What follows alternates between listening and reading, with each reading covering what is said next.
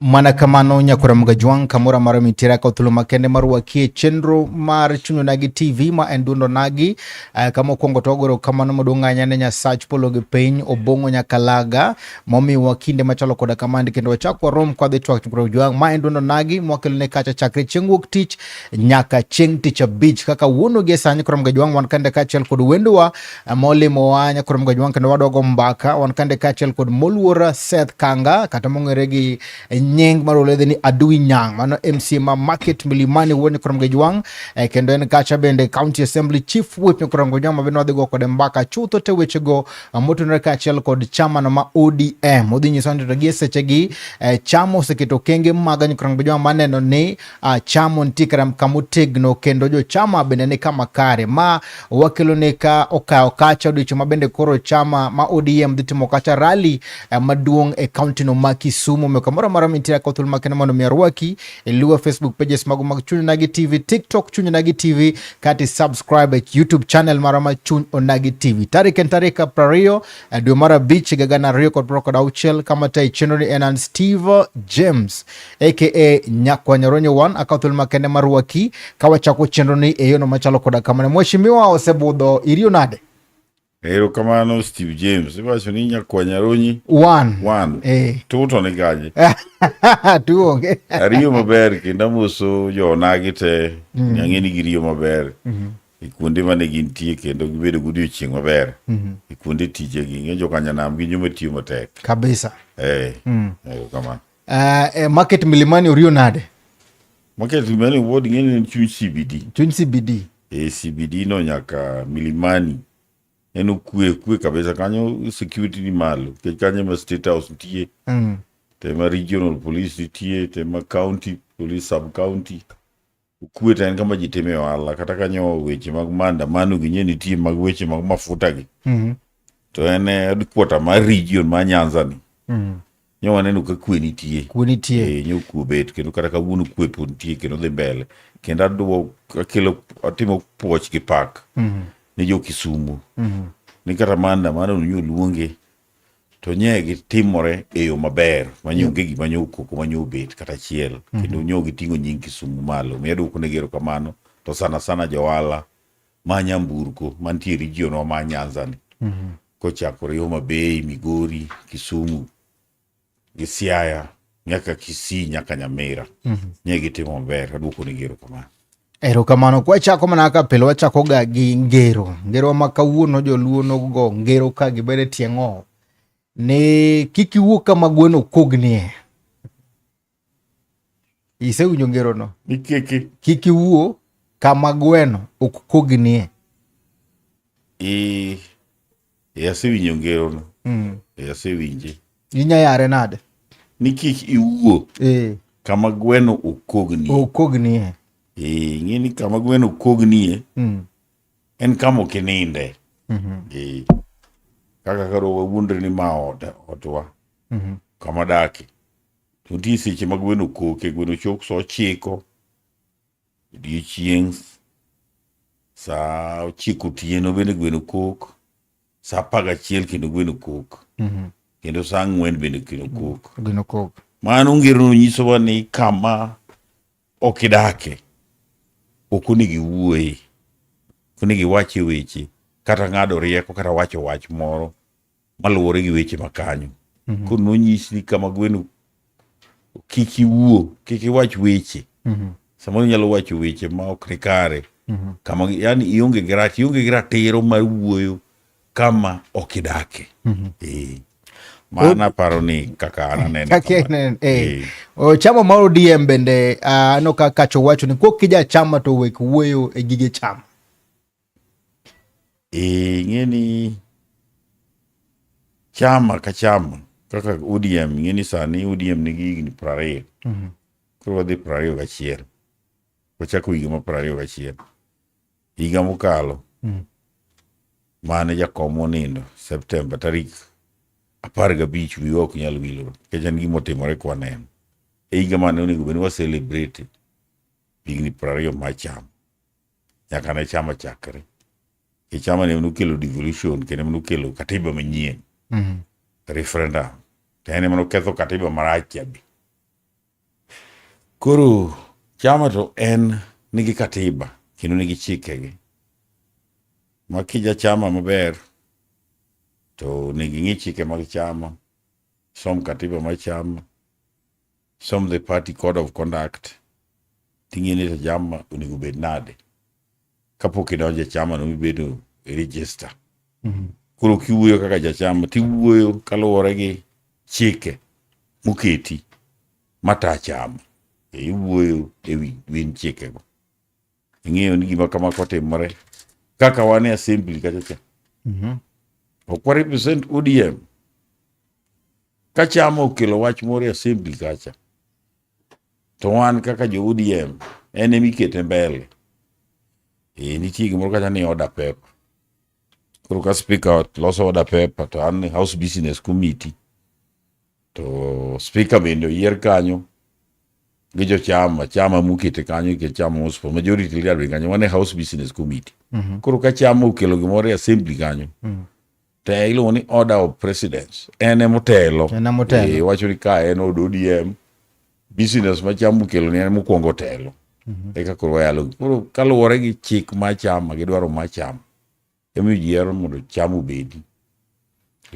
Erokamano, nyocha be noneno ka ODM nobedo kata gi romo mag MCAs mawuok kuonde mopogore opogore kaachiel kod members mag chama. Dinyiswa ni romo no ne achiel ariyo adek mage ma bende noloso kacha. Ing'eyo ni Steve, gimomiyo watimo gigo kaka chama. Ing'eyo ni bang' nindo mar jatendwa Nyasaye oket chunye kamokwe, en ema ne en the vision bearer mar chama kendo ne entie kaka notimo gigi.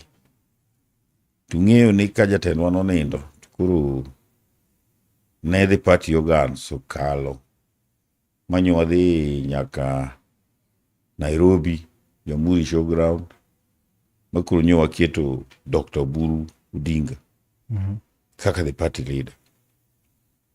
Koro kaka the party leader no ket manyien nyaka koro wuothi commit organs mag chama. Members of county assemblies bende gin members mag chama kendo isan organ mag chama. Iluongo ni county assemblies group meeting. Wan gi county assembly group meeting ma Kisumu, wan gi county assembly group meeting ma Homa Bay, ma Siaya gi Migori the same. Koro nyo romo kodgi mana kaka unyalo bedo gi parliamentary group meeting. Koro nol chogi kamoro achiel bang' kosebedo party leader mondo romi gi MCs ong'ere kodgi mondo nyisgi kaka koro jatendwa osebet koro wadhi nang'o, wadwa tego chama nang'o. Nikech isinjo Kiswahili moro wacho ni miti mkuu ikianguka wana ndege uyumba, yani yien maduong' kolwar to winy koro bayo. Koro ing'eni Raila Amolo Odinga banyi no tiep maduong'. Koro kanyo otho to winy odwa fuyo matin. Koro nyaka daktari bedi mondo winy opi. Ka winy osepiyo koro ji ng'eyo ni wadwa dhi nang'o. Mane buche manyicha waketo mwabedo go piny kaka MCS ma this region manye wabedo piny mwawuoyo mwawacho ni koro wadwa dhi mashinani mondo wago mbaka gi jopiny nikech higa manyien to wadhi timo yiero. To ok otime ne MCS, kincho osetime gi MPs, osetime gi senators, osetime gi women reps, osetime gi governors. Party leader ditimo bura nyaka gi aspirants, jogo madwa chung'. Nyocha no ka ODM ogolo barua circular ne joma madwa chung' mondo express their interest. Nikito website majikendi. Jogo ka gise apply, the party leader biro romo kodgi. Nikech winjo ka party leader ncho wacho kacha butegno kacha ni wang' ni ji odhi ir jopiny. Nikech ODM pe party ma pod popular. To ODM be man gi structure, Steve. ODM no party man gi structures nyaka polling stations. Biro ka wan gi women league polling station, wan gi youth league, wan gi the executive, wan gi the disability league be. Jogo man gi ng'ol mopogore opogore bende wa include kendo gine chama. Kendo wa encourage gimoro gi register mondo wabedi kech wadwa dhi koro nyaka e mashinani. Erokamano, yiena mondo apenji bura ma bende nubedo godo kano uromo kaachiel kod jogo moyier gi otiko ma ODM, bende ne MCs duto te mano dwaro mondo mi ochop kanyo noromo te, kose nitiere jogo ma bende samoro buono romo ODM? MCs nobiro te ma region to nobiro te, especially mane obedo ka nigi wuodhe moko to nool apologies ke ji to samoro nyalo wudo bura to nitie ng'ato dhi samoro bedo gi official engagement ma the speaker ong'eyo, kech wan ing'e ni kodhi wuoth kata dhi oko to speaker ma nyaka sanction e official duty. Koro mane onge to noor apologies, matiende ne gin kodwa e chunygi to onge dendgi mane onge. An awuoyo kaka chairman mar ODM Kisumu Central kendo vice chairman mar ODM County Coordinating Committee. Koro gige party gi wan monitor gi mos kendo wacheko jogo mobiro gi jogo moko biro, kendo wang'e ni to ang'o momiyo giburo. To kendo cheko jogo ma samoro ne ging'oyo e party ma ODM. Ing'e ni chama ka siasa weche ng'eny. To siasa en club. You encourage members mondo donje club. Okuriembi e club. Wake encourage members mondo donje. Kol seng'iyo constitution mar club chalo ka Nyanza club kacha. Kidhi kacha to nyaki la Nairobi club, Parklands club, Royal club, ging'eny. Koro chama ben mana kamano. To wa encourage ji mondo donje club. To mana kisesomo katiba mar chama. Iwacho ni kama iro dung'e mach nitie. Nitiere gino ma bende jalo bende ochung' ne weche mag omenda kata moluor John Mbadi nogolo wach moro kacha ka wacho ni nitiere jowa man kodwa ka to pachgi to onge kodwa ka ndie. Omiyo ka en kodwa ka bed kodwa ka, to kokidwa bedo to chal ka gima medo kori ine kaka itimo chon. Tinde nie i party mar ODM ka ndie, be nitiere jogo ma samoro chunjegi kata pachgi onge kodu. Gigo kwano mopogore gi mugoyo. Ing'eyo ni Steve, achako wacho ni ODM ne jatendwa ma nosenindo Raila Amolo Odinga, Nyasaye oket chunye kama okwe, ema ne dhi wuon the vision bearer. Raila was ODM, ODM was Raila. Keni winjo kama kelono? Mane ji wacho Raila kowacho ni left. Raila kowacho ni right. Kowacho ni about turn. Forward. Backward. Fire. Koro koonge to ng'eni tungni moko nyaka, chuny jomoko nyaka chalo mana kaka e ot ka baba onindo. Ing'eni wuoyi maduong' manyo koro dong' e ot nyaka koro ng'i kaka consolidate to approach ng'ato ka ng'ato kaluwore gi dwaro mar nitie nyithindo moko manyichi dheo kama nyichi chielo ne gi tong', baba wacho mondo chiel ne gi tong'. Nitie jomoko manyiche ka ji madho chae ka ji ochamo alot tiomo ne gi mala. Nitie jomoko manyiche ok chamo omena ma baba wacho ng'ane dhi uomne ring'o kata chuny, iwinjo. Nitie jomoko mobuk muod nyoyo ma baba nyiche wacho ni en nyaka los ne gimoro ma nyaka chwade ne tong' gini iluongo nang'o gine nyaka chwade ne gik moko mabeyo beyo gokinyi. Koro the baba is not there. We have a new leader. Koro a new leader ni otemo conform gi dwaro mar ng'ato ka ng'ato. Emiyo winjo ko watemo wacho ni mondo wadhi koro watemo engage the party. Wa engage ji mondo wa consolidate, mondo wa advance kochopo 2027 as a strong party. Nikech jomoko feel ni koro jakom onge, koro gin bende ginyalo wuotha kaka gidwaro. Ginyalo wuoya kaka gidwaro.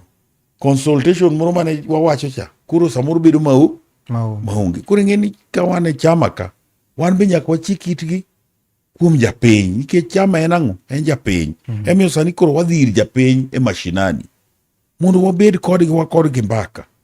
Iluongo ni public participation.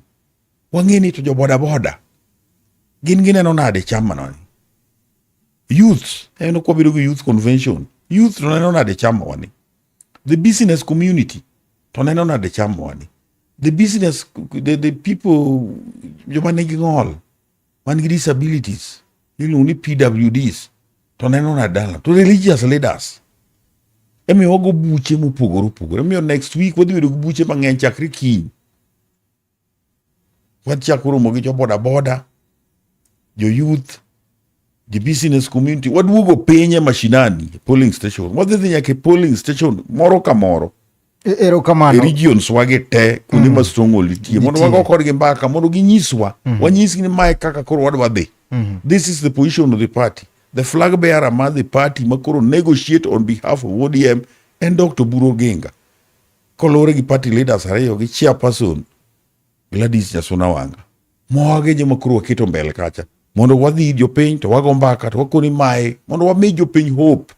Wawuo kodgi wago gi mbaka. Mako chopo 2027 kwa the election kaja piny oseng'e ni mae wach mwachung' nego. Nitiere gimoro ma bende ne timore kandi momiyo oganda mathoth samoro bedo paro mopogore gi kaka ne gineno ODM. Nitiere jogo ma wacho ni wan to ODM e chama maro motelne gi Oburu Oginga kaachiel koda Gladys Wanga, gavana ma Homa Bay. Nitiere report moro manogol kandie manowacho ni ODM pod e chama ma bende winjore piny ma winjore ahinya piny mangima e Kenya ka. Ka to ne gichak ging'inje ni ODM kandi gin kweth ariyo, wan gi Linda Ground to wan gi Linda Mwananchi.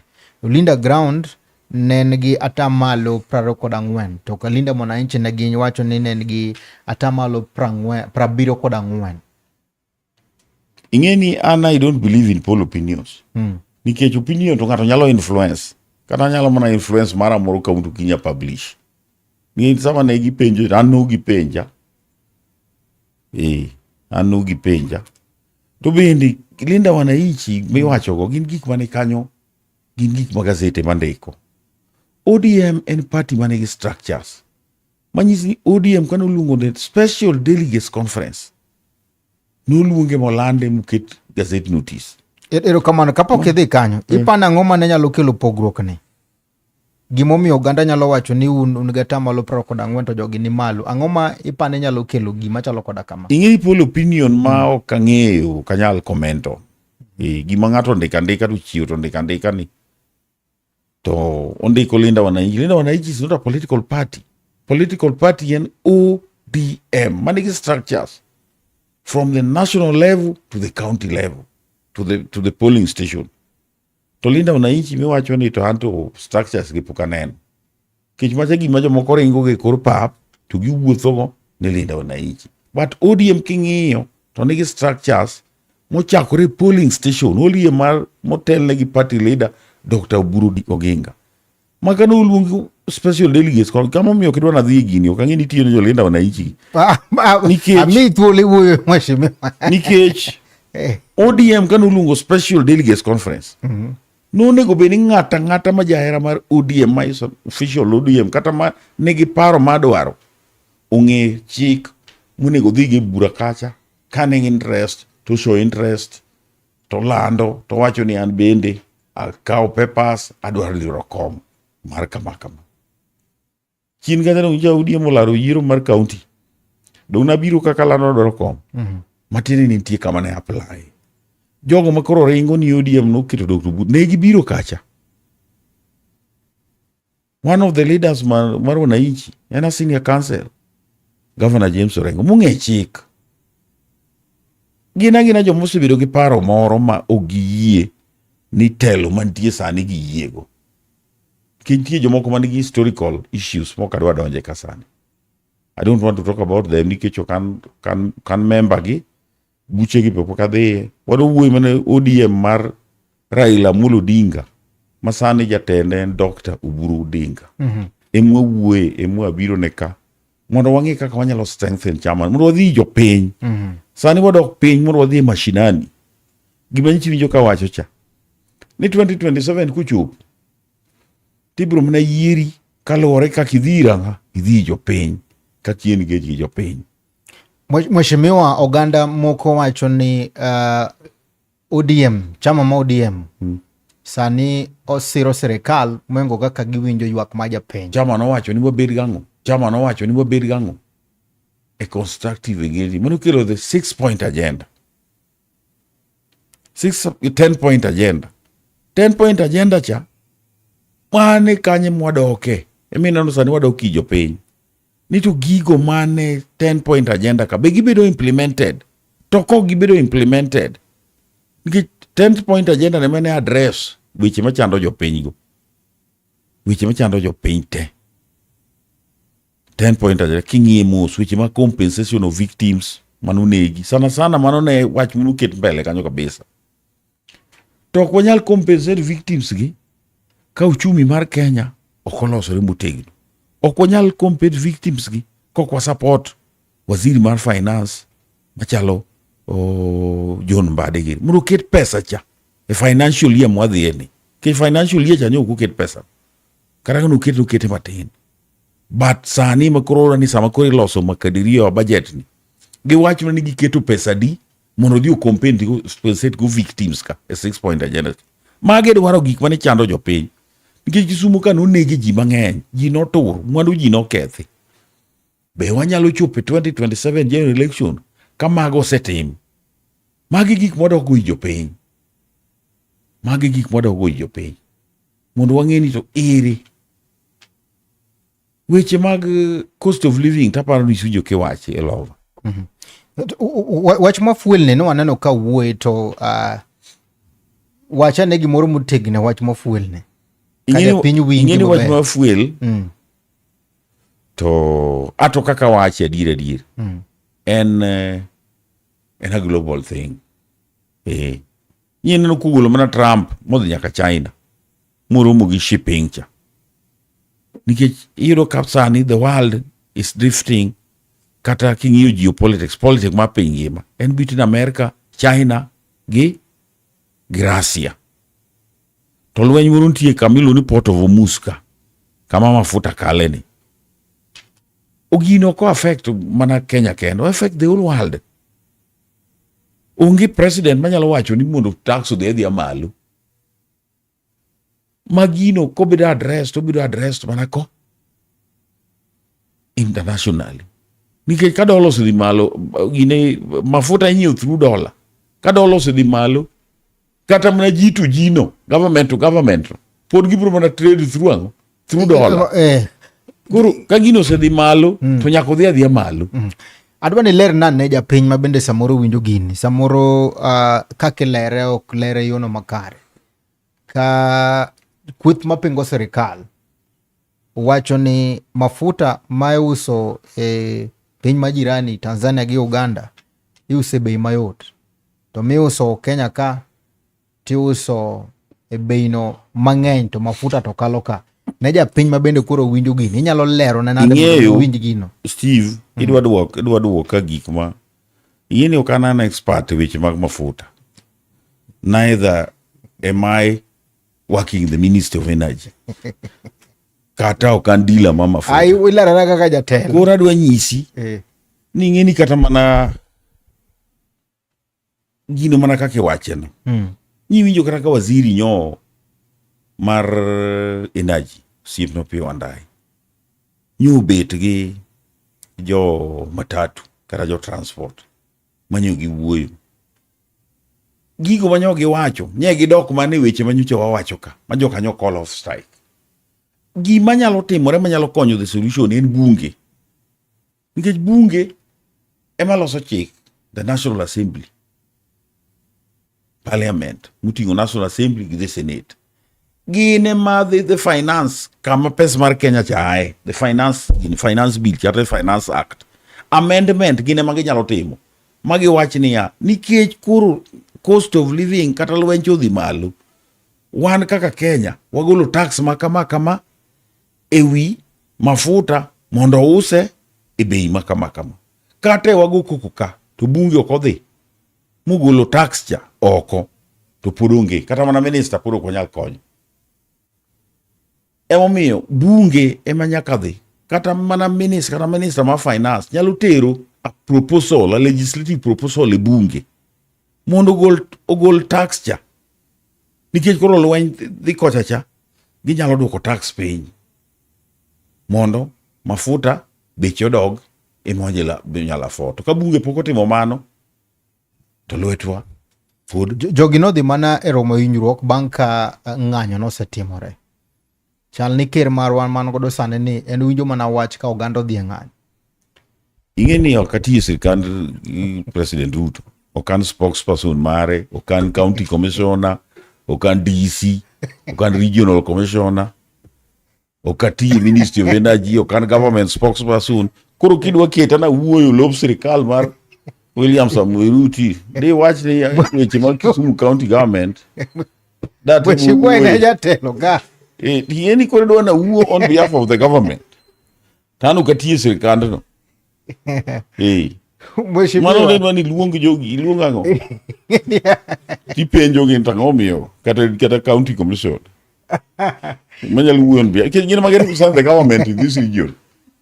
The presidency better represented give the regional commissioner. Gimomi apenji ma unema wane broad based government. Okaja UDA. Anja ODM. Manondi koregi UDA 10-point agenda. Penja weche mag 10-point agenda. Dogune serikal mheshimiwa. Wach mafuta benie 10-point agenda. Penja the 10-point agenda. We was talking about high cost of living. Anyisi kaka wanyalo address the high cost of living. The high cost of living nyalo addressed okay street o kamora mora e bunge. Mana ko gol tax odwok tax piny. Usuru mikikao kuom japiny odwoke to mafuta nyalo dok piny. Mano gima nyalo initiate en president nyalo initiate cabinet through a legislative proposal. Ma minister of finance kelo titere bunge to lokore an act. Kuro wacha kama kata a member nyalo kele through a private member's motion. Ni wanene kama to bunge kalo to tax dog piny. To gimoro ni dwo keta na wuo loch sirikal anu kan DC. Kapok wadhi break, gimomiyo napenji mano nikech sama jo ODM wacho ni wane broad based government ene ne gik ma sirikal timo nyaka beni jo ODM onengo beni ng'eyo achiel ariyo adek. To ka Dr. Buru ne wacho kacha ni gidhi wuoyo gi ker mondo mi onene to weche mafuta gi onyalo dwoko nang'o mondo mi ngima ma japiny obed kama kare. Nyiso ni onge okagiwuo. Ing'eyo ni broad based government jakom no leru maber kabisa. Jakom no wache maber Raila Amolo Odinga. Ni broad based government ODM nikech Kenya ni kama tek.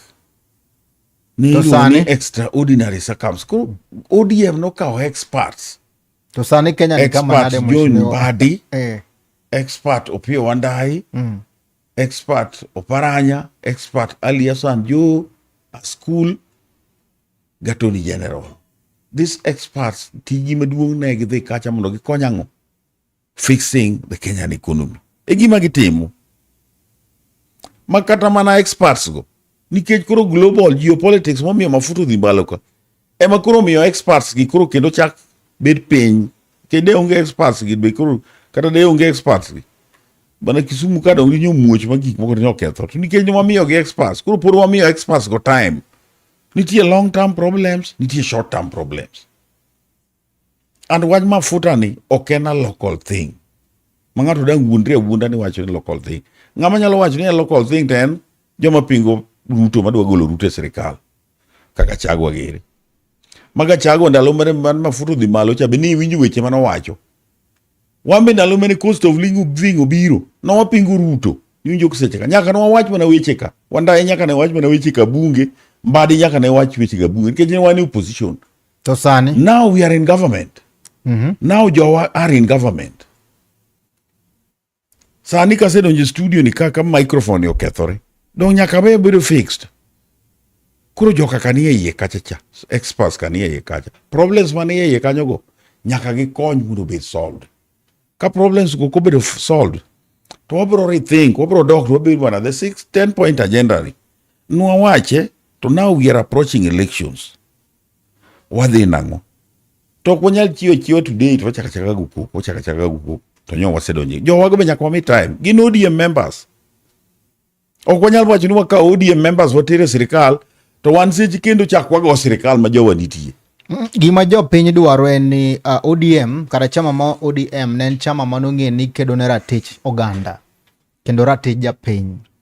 To gima mana kaka nasenyise to mokwongo ni japiny ohero chama ma ODM. To gino ma gwenyruok bedie niya, ODM gineno ni usiro sirikal sana, ma kata japiny manyore ni bende koro ok unene to gichalo japiny ok uked ne ratich gi yono ma bende dang' awach kamano. Sama sebet ka nisewinjo ka siro sirikal. Dunga kwid anyisi ni okano kabiro siro sirikal ka. Wan wabiro wacho gik matimore, the actuals. Ingeni wan leaders, we lead the people. Ok the people ma lead wa. That's why wadhi wadhiri mondo wadhi wawinjgi. Wadhi wabed kodgi piny to wachiki to wang'ende to wacho nang'o. To ere kuma onego wadhiye. Kaluwore gi kaka wago mbaka. Kaluwore gi kaka experts mondo tere sirikal ka otiyo. Emomiyo wacho ni Dr. Buru lead the negotiation. Lead the negotiations ko refer to the 10-point agenda mane jakomo wecha. Kanyo nyaka wawinjre. Kanyo nyaka waduok ewiwa. Nikech 10-point agenda cha ema ne dhi address problems ma Kenya.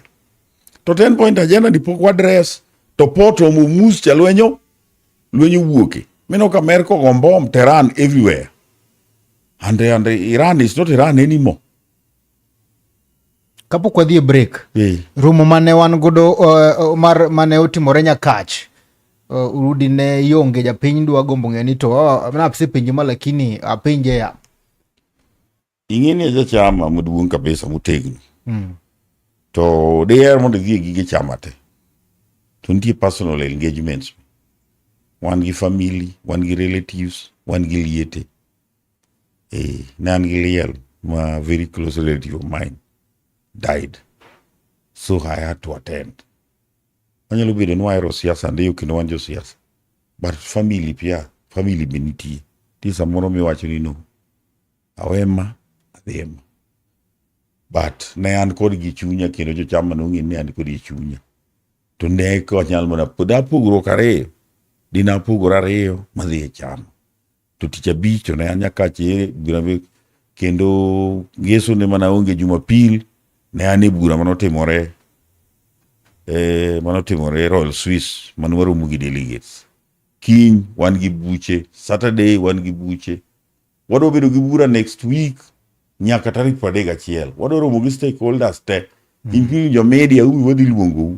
Mondo umbu wachnwa. Jondiko. Wadhi romo kodgi te nyaka joma tindo biro ne bloggers, tiktokers. Wadhi romo kodgi te sectors te mane pinyni. Including joma nigi challenges mag wich matin. Wadhi romo. Mondo wang'e to gita piny diyo gi nade. Kech unyalo neno gi anena kanyo to kara gimbe piny diyo gi. Mondo wang'e ki jatendwa mane wageno mane wacho gimoro to waluwo kurung. Koro wan gi jatelo manyien. Mwinjo kan wach ni embe doher mondo ji obi machiegni mondo wariw paro, wariw kuot mondo kachopo 2027 to gigo machando raia, mwinjo ka raia gore koko, winjo ke wacho ka ni raia go koko kendo raia ywak. Ywak mar raia go emiyo koro wadok piny, wadok mashinani mondo wago kodgi mbaka, mondo weche mag ywago ma high cost of living. Kech ODM en chama manoger gi remo gi luya gi maandamano gi struggle. Koro japiny manomiyowa teko cha, manomiyowa chia cha. Nikech koro jatendwa cha onge, koro wadok ire mondo wago kode mbaka. Kowach ni Dwi Nyang'ine mirach ka kando, Steve James bed ka, Mandela bed ka, mane kama koro wadhiye. Mane kama wachiko sani. Yugo Dr. Buru wacho ni en onge okoting' bad ng'ato. Ji odhir ang'o? Japiny. Japiny. Koro emiyo wadok i japiny mondo wago kodgi mbaka. Gima ne jakom timo cha mwadoke. Erokamano make mana kamano. Bado ni mondo imodh pi matin ka wadhi e break matin kang' waduogo to wadhi chako kaachiel kod somo ote mar janeno machung' nagi tim chukuru mga jwang' ponono ni kacha gi penjo moro amora inyalo chwalonwa ote magi Facebook page mar Chuny Onagi TV, TikTok Chuny Onagi TV, kata mana YouTube page mar Chuny Onagi TV. Wan kande kaachiel kod dito macham chukuru mga jwang', penjo moro amora mabe inyalo bedo godo inyalo chwalo mana e studio kandi. Waduogo bang' sama chuok.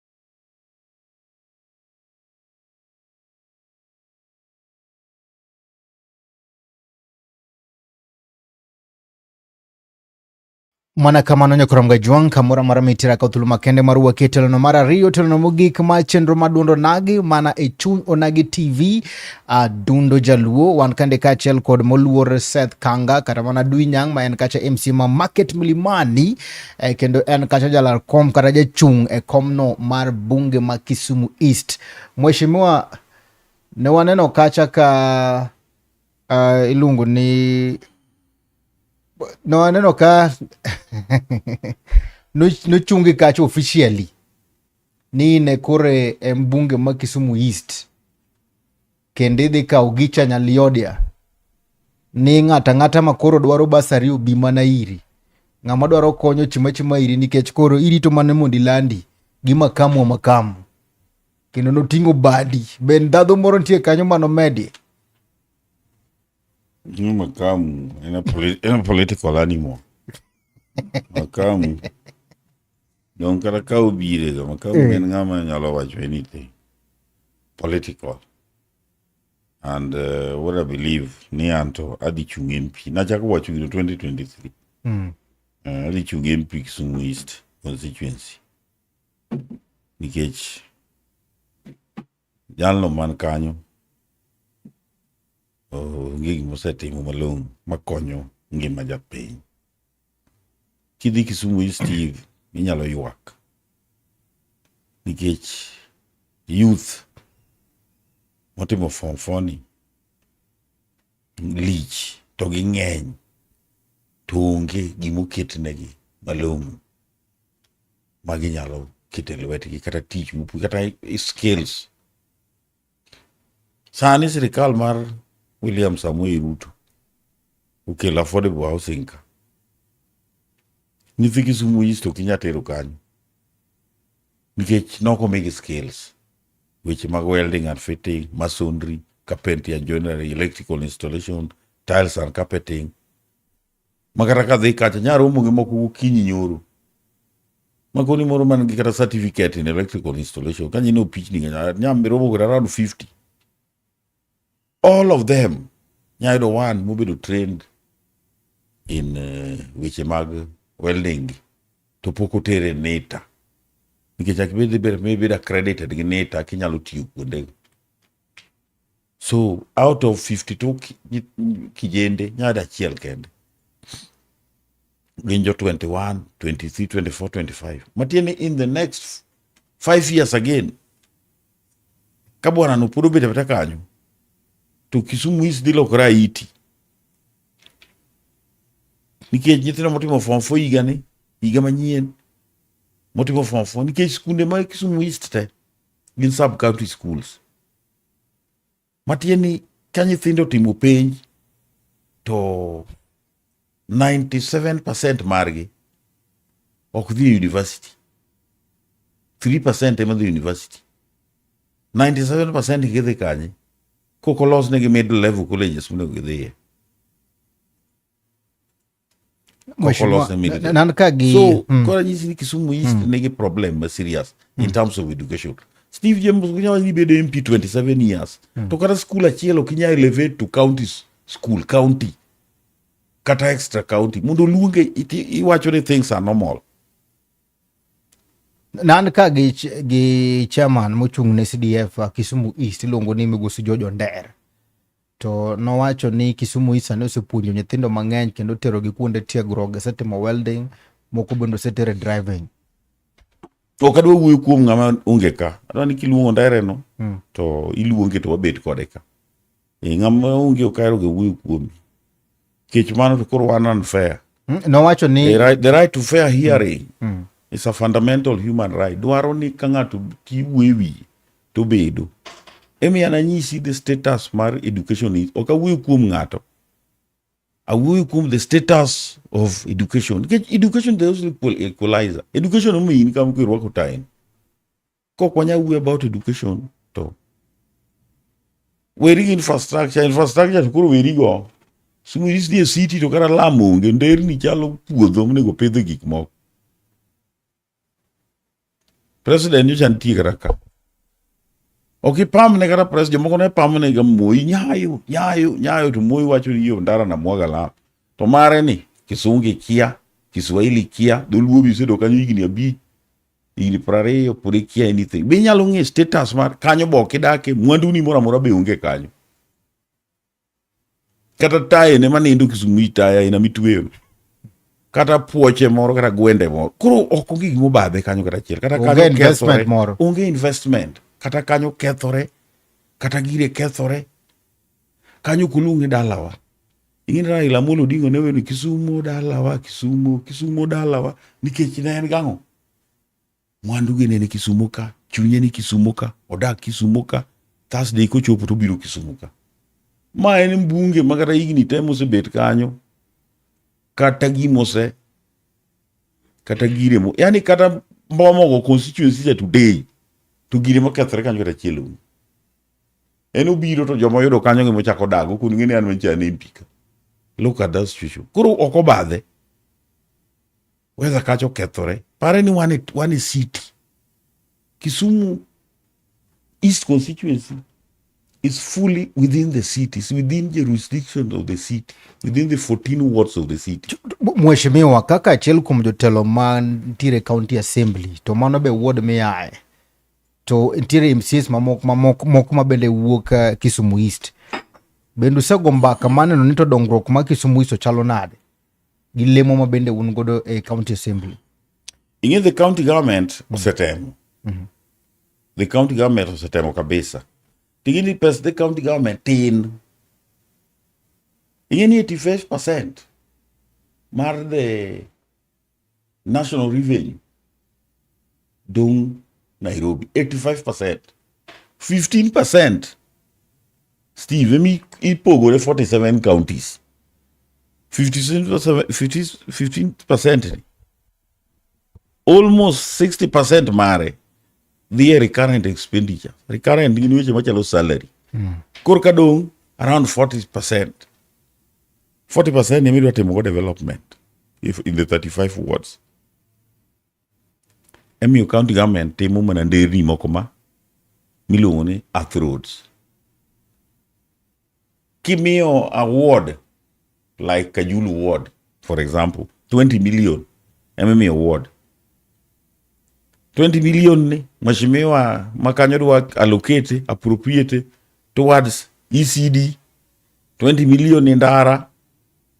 20 million ni weche mag desilting, improvement of drainages. 20 million ni agriculture, idwa pogo go kodhi. 20 million ni bursary. Udong pesa di. Kese kao 20 million, igolo 4 million bursary. Udong pesa di. 16 million.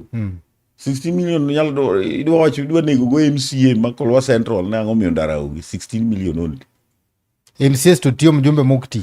Mjumbe mukti. MCS tiyo kabisa. MCS ma Kisumu East tiyo kabisa. Mjumbe mukti. Kata MCS mukalo no tiyo. Kata the first county government no tiyo. The second county government MC no tiyo. The third gibe tiyo. Mjumbe mukti. Why ang'omiyo MPs moko gero pesa to donjo. Ogero medical training colleges. Ang'omiyo MPs moko gero technical training. Moko gero nyaka teachers training colleges. Ma Kisumu East ni en ang'o mane otimore. Mok nyal ger gigi mondo nyithindo dhi yedi. Ero kamano we kina mo wen mondo kora som pach japiny koch koro matilo mar ariyo ni koro mar japiny koro mgejwang akathul makene mar somo uteni kandie wan ka gilungo ni an ka gi Jeja Dero roka cha Chaso Sako Junior, wan gi Joel Jones, wan gi Luo Benga, wan gi Simon Ramsey, wan gi Masim Nati, wan ka gi Utale Press wacho ni mano sethu chieng' kanga adui nyang Wood Kolwa Nyalonya, incoming Kisumu East MP 2027 under ODM party. Wanjo ODM. Angi Collins Kisero wacho ni wach japiny nyaka winji. Wacho miyo wan ka. Angi Mike Ongelo wacho ni say hi to Kisumu East incoming regards Okokrachar. Mano Wood Kolwa. Kendo dwaro MCA ma Kolwa Central. Olaro piny. Yendose. Adhi gwere go gi jowadi. Gamba gwira ka kudwero. Gini winyo ni dhi japiny. Ka dok to buru njo ni dhi japiny. Ora en kare jo Okokrachar no dhi japiny. Ulera la gi jopiny. Mwando gdiend ng'ato. Wazuri Julius wacho ni mosna dui wuod mwalimu osiep na mautale. Erokamano. Wan gi Uma Steve wacho ni Mosna Nyang' nyise ni siasa igo e mbaka, onge sigu manyaka chieng' kata osiep. Emiyo wago mbaka ka. Emiyo wago mbaka, wadwa ni wadhi jopiny e mashinani. Mondo wago korgi mbaka, owinj kaka giparo. Wan gi Eric Dimore wacho ni Kisumu East, MP Nyang' Wood Benta. Erokamano Dimore, mano super communication officer. An gi Frederick wacho ni hello Mr. Steve, Mosna Dui Nyang'. Ti ne jopiny, wabiro mana tiyo ne jopiny. Service to the people. Ilongo ni Chalo Bruno wacho ni piny na adui ni nyong'o be dhi bet adier e ikruok mar ODM, mano e jal mane Raila owago. Ng'eyo na nyisi ni an ok ahero wuoyo kuom ng'ama onge studio ka. Ok an spokesperson mar Professor Peter Anyang' Nyong'o, ok an chief of protocol, ok an chief of staff. Professor Peter Anyang' Nyong'o en ng'ama kadwa wacho gimoro to en gi communication team mare mandiko gik mana whip mar county government, mar county assembly Kisumu, ma make sure ni gige mobire assembly okal. To politically to kan jalo jawuoye lope. An gi Gori Japeng Wuod Rabur wacho ni Nagi TV ma Gori Japeng Wuod Rabur chairman ma boda Wells opposite Kisumu Girls. Mosna Dui Nyang' and coming MP Kisumu East 2027. Akia pingo Woodala wan kaka jo Kisumu County President Ruto 2 term. Mano en kare, mano en democratic right ne. Ingeni 2 term no ober to wawacho pile ni nyaka wadhi jopiny mondo wa explain negi. Reason momiyo wadhi 2 term. Ukigaga kuko ni to mane machwanyo jomoko. Nikech jomoko kigo 2 term to gineno ni nisechiemo momiyo koro igo 2 term. Wadog piny mashinani, wabed gi japiny, wabed gi mama mboga mondo wanyisgi the reason kata the benefits mag go 2 term. To wawinji ni ang'o matimogi to gidwaro nang'o. Makang' wadhi gi Ruto negotiation kucho. To wanyise ni wan to kata kidwa ni wasapoti 2 term, magi gigo maenyo japiny. Machando japiny. Momiyo 2 term bedo matek. Erokamano gi George Otieno wacho ni mano mjumbe 2027 Seth Ochieng' Kanga aka Adui Nyang'. Collins Ogembo, Mosna Nyang'. Erokamano Ogembo Collins. Ono super manager. An gi Nico Onunga wacho ni Adui oromo komno mar Kisumu East. Erokamano. To kawuono ng'ama pingi ka onge. Neno ithiedho ground maber, igo campaign maber. Ngeni gino nwachako 2022, 2023, 2024, 2025. Kuro sani waseringo. Ano ka iseringo, ano ka comment wacho ni iseringo maber. Kech giwacha mana ni adui 2027 Kisumu East. 2027 Kisumu East. 2027 kikao Kisumu East. Nyiswa ni to mopogore gi somo. Lek mari maduong' ni Kisumu East. Ma nyadhi ma bende idwa ni mondo mi jo Kisumu East obedgo.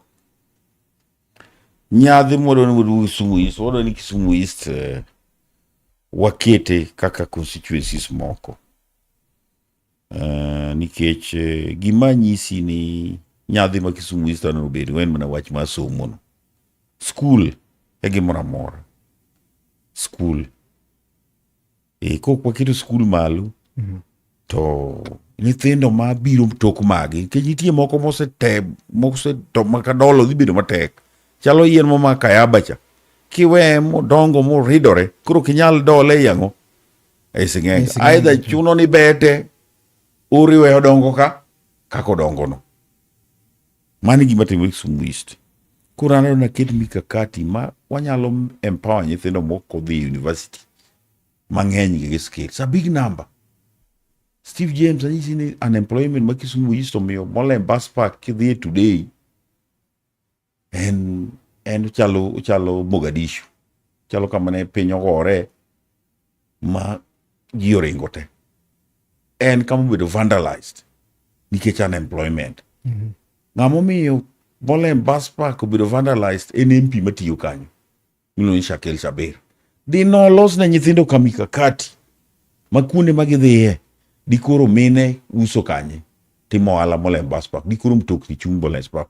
To nikech ok oketo mikakati gino osetimore. Omiyo adwaro ni 2027 kabet to mokwongo wamany kaka unemployment ma Kisumu East wanyalo reduce by impacting skills kata rwako skills ewi nyithindo gi. Sikunde ma Kisumu East nyaka wa elevate. elevate jopuonje stakeholders, the education stakeholders te nyaka wabed go piny. To Kisumu East nyaka wabed gi strategic plan, a 5-year strategic plan mowan gi gik mitimo e ndalo machuok miluongo ni short term gi long term. Miluongo stakeholders to bedo gi a strategic plan. Ok wanya chiwa gokinyi Tanga iko wapi Tanga. Mano to jatelo man. Ni Tanga iko wapi. We cannot talk about the dead. Even Jesus said that let the dead bury themselves. Kacha ngacha wuoyo ni ng'ato tho. Nitero mogo e liel. Mogo achiel bundle 2 itero gi Land Cruiser 4. Land Cruiser 4 go nitie bouncers mopong michulo siling 1,000. Matino kilo mogo bundle 2 to tiyo 24,000 fuel ball ne mtokni go siling 5,500. 25 plus 15, 24 plus 15, 29,000. Mani kilo go mogo bundle adi 2. Koro kinene kubiro gi bundle go tibiro neno ka gi bouncers matongo dongo machwe mochamo kosi chwesi mutieko to japiny to sandore. Mani gima nyaka watie Kisumu East kacha. Tanga iko wapi? What do we watch about jomotho? What about joma ngima, mine wa mangima, nyithinde wa mangima, mondo nyithindo gi obed gang'o gi ngima mamalo ma future mondo wamigi olow mondo gidhi gitegore gikel ne nyithinde mine gi wuonegi mondo nyithindo jonyuol bende obed gi hope kuom nyithindegi. Today an ka nikech minwa nigi hope kuomwa. I am able to kata fo weche machando min, weche mag SHA ang'o nikech nabedo empowered. Mami wabedo mane tieji emopuonjowa, emonachawa, terowa leadership training makoro wan jote gima chalo Professor Peter Nyang' Nyong'o gere. Mage jomonachawa makoro Raila Odinga gero nachawa, koro wan ji mane gimoro watimo Kisumu East kacha mondo nyithindo ka jonyuol obed gi hope kuom nyithindegi ne nyathi kipuonjo kata ka oyudo D+. Anyisi Steve kata ng'ama oyudo D- pod nyalo somo madhi university. Itere utimo certificate course, onyalo timo diploma, kakoro oyudo tije moro tiyo, otimo degree, otimo masters, PhD, mobed professor. We have seen, waseneno gigo. An nipuonja ndalo moko KCA University ka, gi nyathi mane oyudo D+. To dhi adhiya mosomo kanyo, mopuonjo, makoro eduogo bedo professor. To noyudo D+. Odhi nyaka Kenyatta duogo. So ok wanyalo wacho ni ng'ato kuyudo D- kata D+ to wach ni rumo kamano. No. Erokamano, kwaduogo kapok watieko, nitie gino mabende koro sani timore, wache man bende nowach gi moluor Governor Masia James Orengo wi Governor ma Homa Bay kendo jakom party Gladys Wanga. In kaka achiel kuom jogo ma dito mag chama ma ODM, pachi en mane e weche motimore go? Aneno ka bende oganda kata mana kweth mag ODM gi jotelo mopogore osewuoyo e achiel ariyo adek. Ing'eyo ni ok ahero wuoyo kuom ng'ama onge sana studio unless an maluongo press conference mamara man mawache gima dwaro makoro anyalo mana post for questions. But awacho ni Governor James Aggrey Bob Orengo en osiepna. At one time ne an youth mare, but kendo en senior council mung'eyo.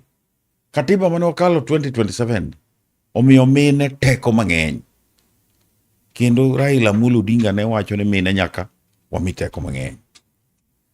To gino mane James Aggrey Bob Orengo wacho ne rach kaluwore gi level ma wasekete kaka ng'ama osomo law kendo senior council, kaka kunyalo yanyo joma mine. Kiyanyo mama achiel gi weche mag nindruok kata weche mag lonyruok, ok en gima ber e level mar Orengo.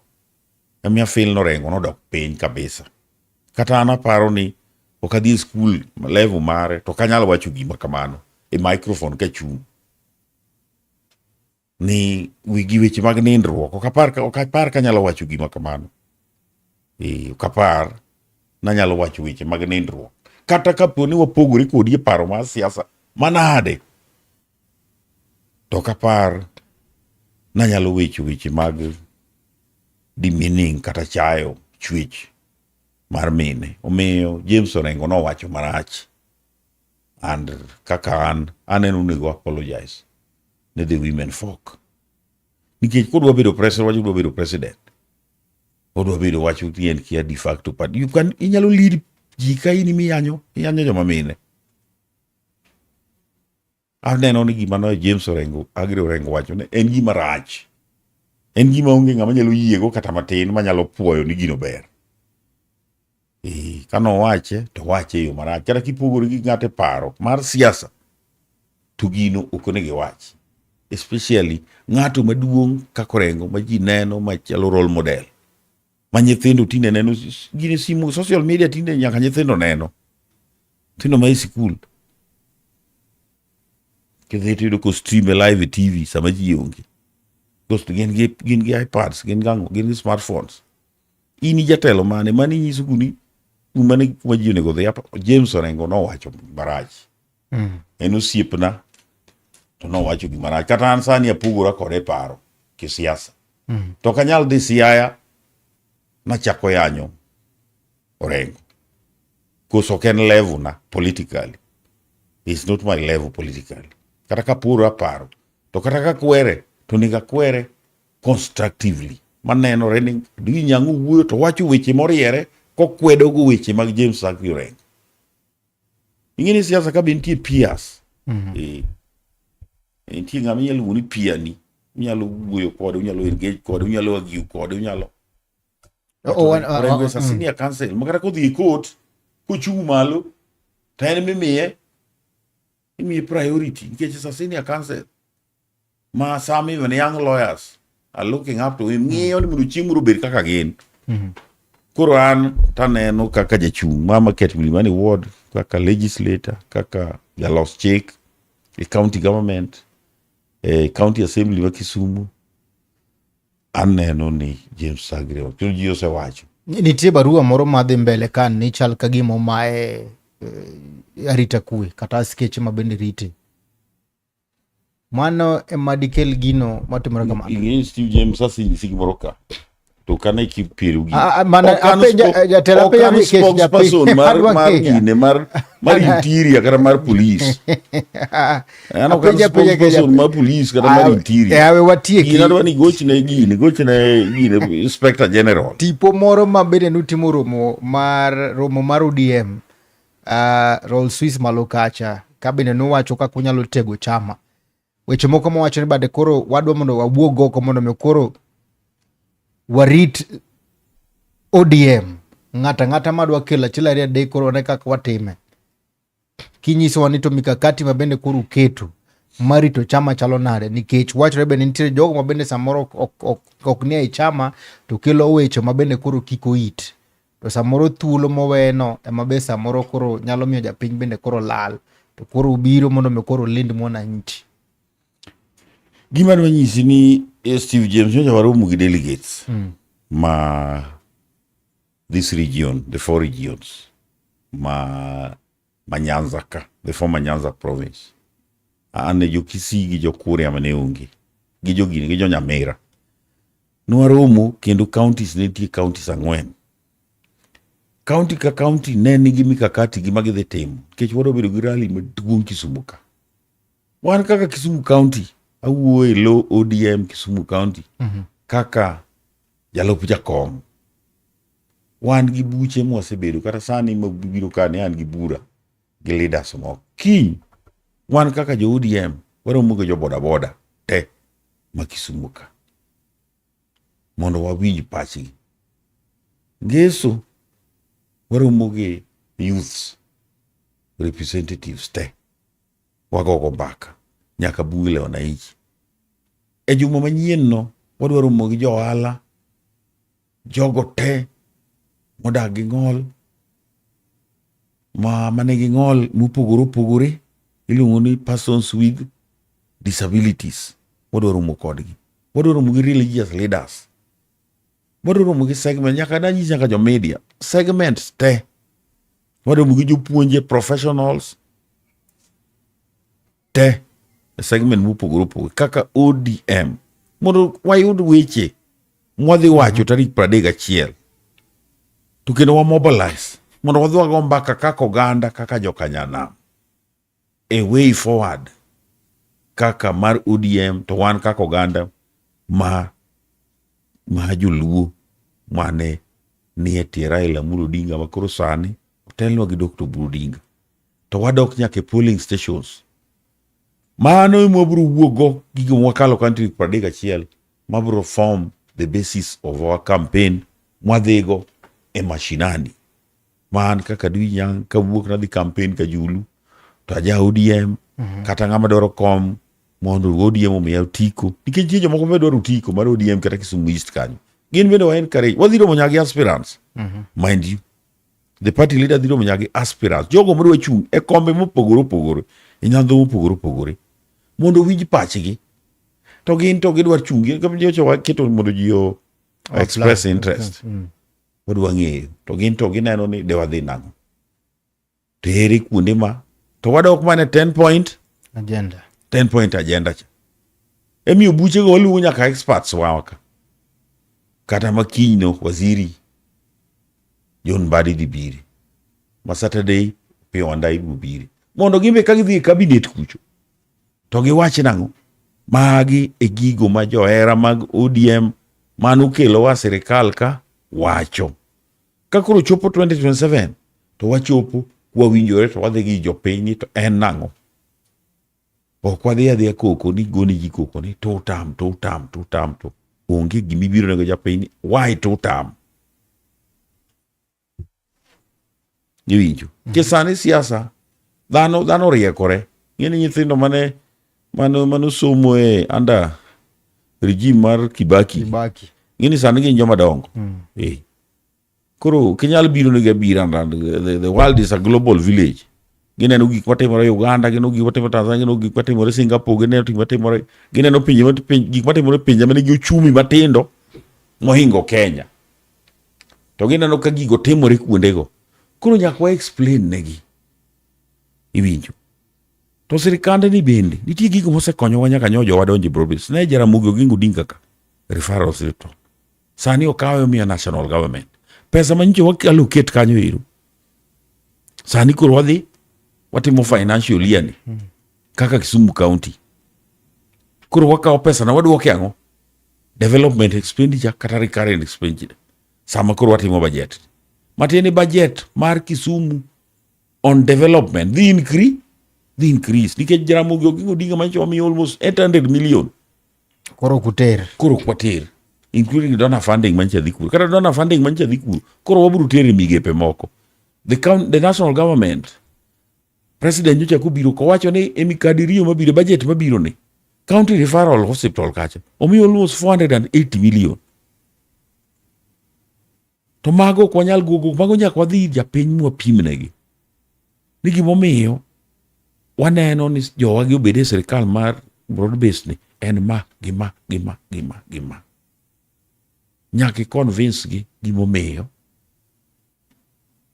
to kidhi adhiya ni to tam ni timo ni lweti ni mani nyalo chodu lweti no madong'el nyaka iwach ni gimomiyo neno to tam miyo wan wawacho kaka jodu wadoki jopiny anda Dr. Buru Oginga mondo wago mbaka wabuge wage tesa ni die grassroot MCS te uluonge burani jopati te wadwaro miyo tarik 31 wakwayo jokanyanam ni giwuok kar rombgi mondo neni ODM e chama mapod nigi chia to wakwayo ni obed mana bura mar kwe maonge koko.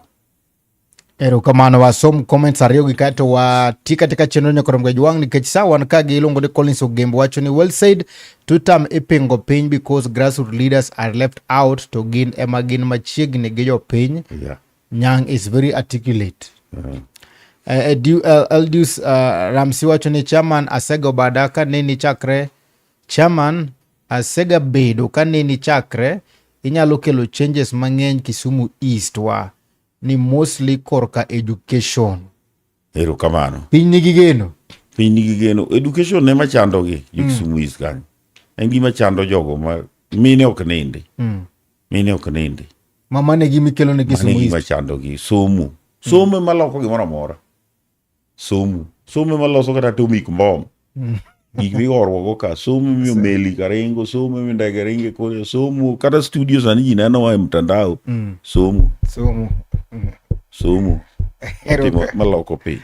Erokamano kwa kamano koro mga jwang' nikech sa kawo thuolo maken magoni erokamano maduong' ahinya kuom kete mane chunyo nagi TV chakre wachaki nyaka gie sani. Erokamano ne Felix Omondi japicha marwa kande kaachiel koda iluongo ni kelo jopress kata Maureen Oure kaachiel koda Okeyo nyakoro mga jwang' kuom tich matek mabende gitimo maneno ni picha ni yudo achiel kachiel kawuok e studio mag chunyo nagi TV nyaka kamoro amora mitire kaachiel kod Medusa machenro ni iluongo ni Nelson Mandela Okore wuod Ofunyu Jerusalem dala maler engineer yeah. Kapok watieko to akathuolo makende mar mi wachni mogik gi jam neno mane nigi sechegi.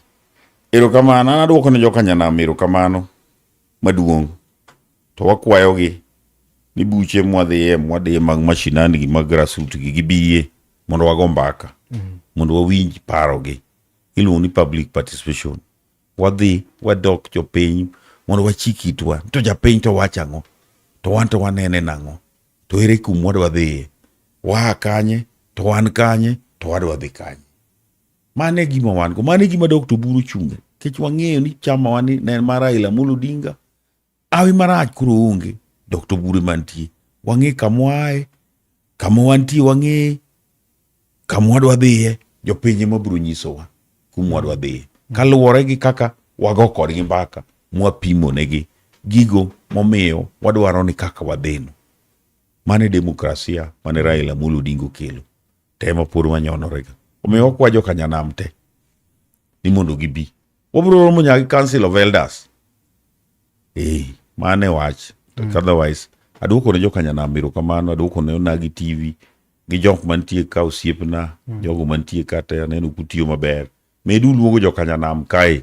TV ni ber, chunyo nagi ni ber, donje uru gini ber. Erokamano. Ibane ni ka shalne imane weka cha idugo ka ground weri kabisa nikech ng'ata wacho mana ni ne Meromo Kisumu East. Wane ground. Iwinjo nade ka comments biro mafai. Agien kareja to bende ahero ka ji pamona ahinya Steve James. Ahero ka ji chwoya gi weche be. Kawuono kuonde ma gideno koka dhiye maber mondo adwanga ni giwachona. Giwachona kuonde moka dhiye maber mondo adhi alosi. Ini ka ji teri atera kama to nyalo wuono gik moko beyo to kara gik moko. Jogi wuok kuonde mopogore opogore. Ahero ga ka ji wachona gik moko kuonde ma dhiye marach. Koro adhi to aloso.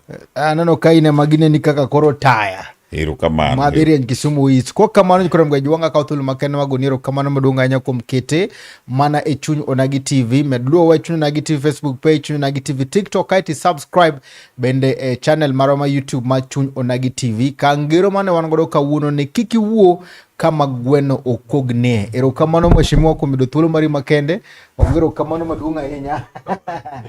Erokamano mane tai channel enan Steve James aka Nyakwar Nyoronyo 1 Uritu Masani.